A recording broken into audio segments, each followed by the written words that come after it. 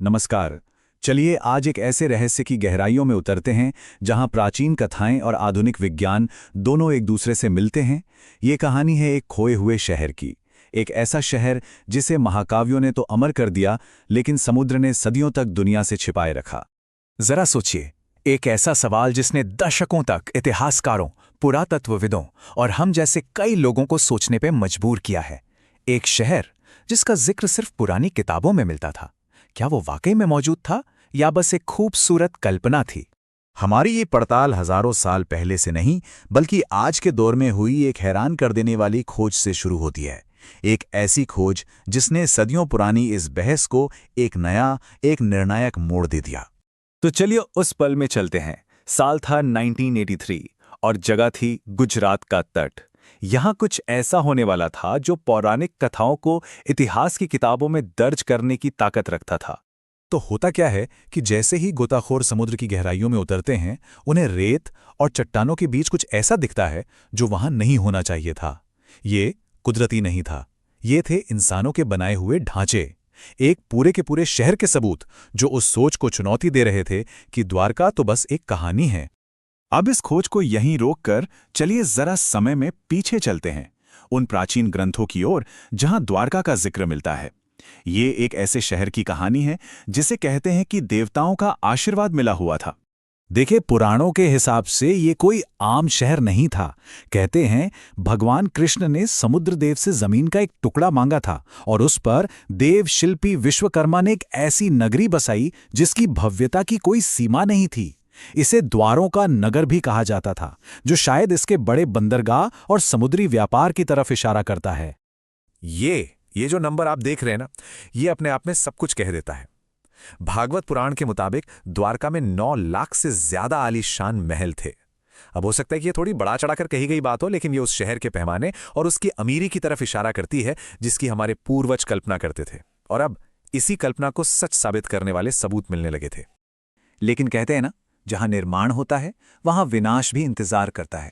और ग्रंथों में द्वारका के खत्म होने की भी एक बड़ी ही दुखद कहानी है, जो श्राप और आपसी झगड़ों से भरी हुई है। तो देखिए, ग्रंथों के अनुसार शहर का अंत कोई अचानक हुई घटना नहीं थी। इसकी नींव तो महाभारत युद्ध के बाद ही रख दी गई थी। पहले गांधारी का श्राप, फिर ऋषियों का श्राप, इन सब ने घटनाओं की एक ऐसी चेन शुरू की जिसका अंत यदुवंश के आपस में लड़कर खत्म हो जाने और फिर आखिर में समुद्र के उस शहर को निगल जाने से हुआ। तो चलिए अब वापस प्राचीन कथाओं से निकलकर आज के दौर की वैज्ञानिक जांच की तरफ आते हैं। ये वो मोड़ है जहां एक इतिहासकार का काम शुरू होता है, मतलब मिथकों के धागों से ऐतिहासिक सच्चाई को सुलझाने की कोशिश। ये खोज कोई रातों रात नहीं हो गई, नहीं, ये तो दशकों की मेहनत का नतीजा थी। 60 के दशक की शुरुआती कोशिशों से लेकर 21वीं सदी की हाईटेक सोनार मैपिंग तक टेक्नोलॉजी और जुनून ने मिलकर इस भूली हुई कहानी को सच के करीब लाने का काम किया। और इस पूरी खोज के पीछे जो सोच थी वो इस एक लाइन में छिपी है। ये उस वक्त के लिए एक बहुत बड़ी, एक क्रांतिकारी सोच थी। Doctor SR. राव का कहना था कि हमें इन प्राचीन ग्रंथों को सिर्फ धार्मिक नजरिए से नहीं, बल्कि एक ऐसे सोर्स के तौर पर देखना चाहिए जिसमें ऐतिहासिक घटनाओं के सुराग छिपे हो सकते हैं। और इसी सोच ने इस पूरे मिशन को रास्ता दिखाया। लेकिन डॉक्टर राव और उनकी टीम का रास्ता बिल्कुल भी आसान नहीं था।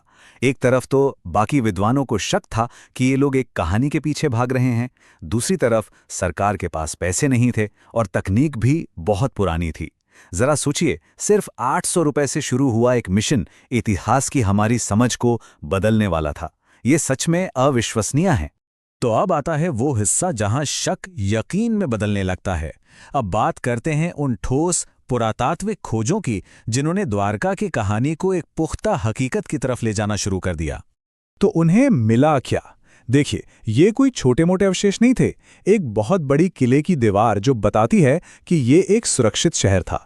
पत्थर के लंगर जो इशारा करते हैं कि यहाँ एक बड़ा बंदरगाह और इंटरनेशनल ट्रेड होता था। और एक बढ़िया तरीके से बसाए गए शहर की नींव। ये सारे सबूत मिलकर एक बहुत ही विकसित सभ्यता की तस्वीर बनाते हैं, ठीक वैसी ही जैसी किताबों में बताई गई है। और यहाँ पर कहानी और भी ज्यादा दिलचस्प हो जाती है। जब इन चीजों की उम्र पता की गई तो मालूम चला कि ये जगह करीब 5000 साल पुरानी है, जो महाभारत काल से मेल खाती है। लेकिन कुछ कलाकृतियां तो 9000 साल पुरानी भी निकलीं। इससे एक नई संभावना सामने आती है। क्या ऐसा हो सकता है कि द्वारका की कहानी दरअसल एक और भी ज्यादा पुरानी सभ्यता की याद पर आधारित हो? और ये वो पॉइंट है जहां हजारों साल पुरानी कहानी और आज का विज्ञान एक साथ आकर खड़े हो जाते हैं। मिथक कहता है कि समुद्र ने शहर को निगल लिया, और विज्ञान, जियोलॉजिकल स्टडीज इस बात की पुष्टि करती हैं कि लगभग उसी समय के आसपास समुद्र के स्तर में अचानक और बहुत तेजी से बढ़ोतरी हुई थी। कमाल है ना? तो ये कहानी सिर्फ इतिहास की किताबों में बंद होकर नहीं रह गई। चलिए इसे 21वीं सदी में लाते हैं, जहां इस खोज को आधुनिक मान्यता मिली और इस शहर की विरासत दुनिया के सामने आई। इस खोज का सांस्कृतिक महत्व तब और भी गहरा हो गया जब भारत के प्रधानमंत्री ने खुद उस जगह पर गोता लगाया।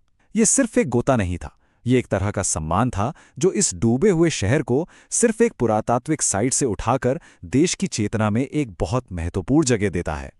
तो आज की तारीख में द्वारका की दो पहचानें हैं। पानी के ऊपर ये एक जिंदा तीर्थ स्थल है जहां आज भी लोगों की आस्था जुड़ी है, और पानी के नीचे ये एक पुरातात्विक खजाना है जो हमें याद दिलाता है कि इतिहास और मिथक अक्सर एक ही सिक्के के दो पहलू होते हैं। आखिर में द्वारका की कहानी हमें यही सिखाती है। ये हमें दिखाती है कि शायद आस्था और सबूत एक दूसरे के दुश्मन नहीं हैं।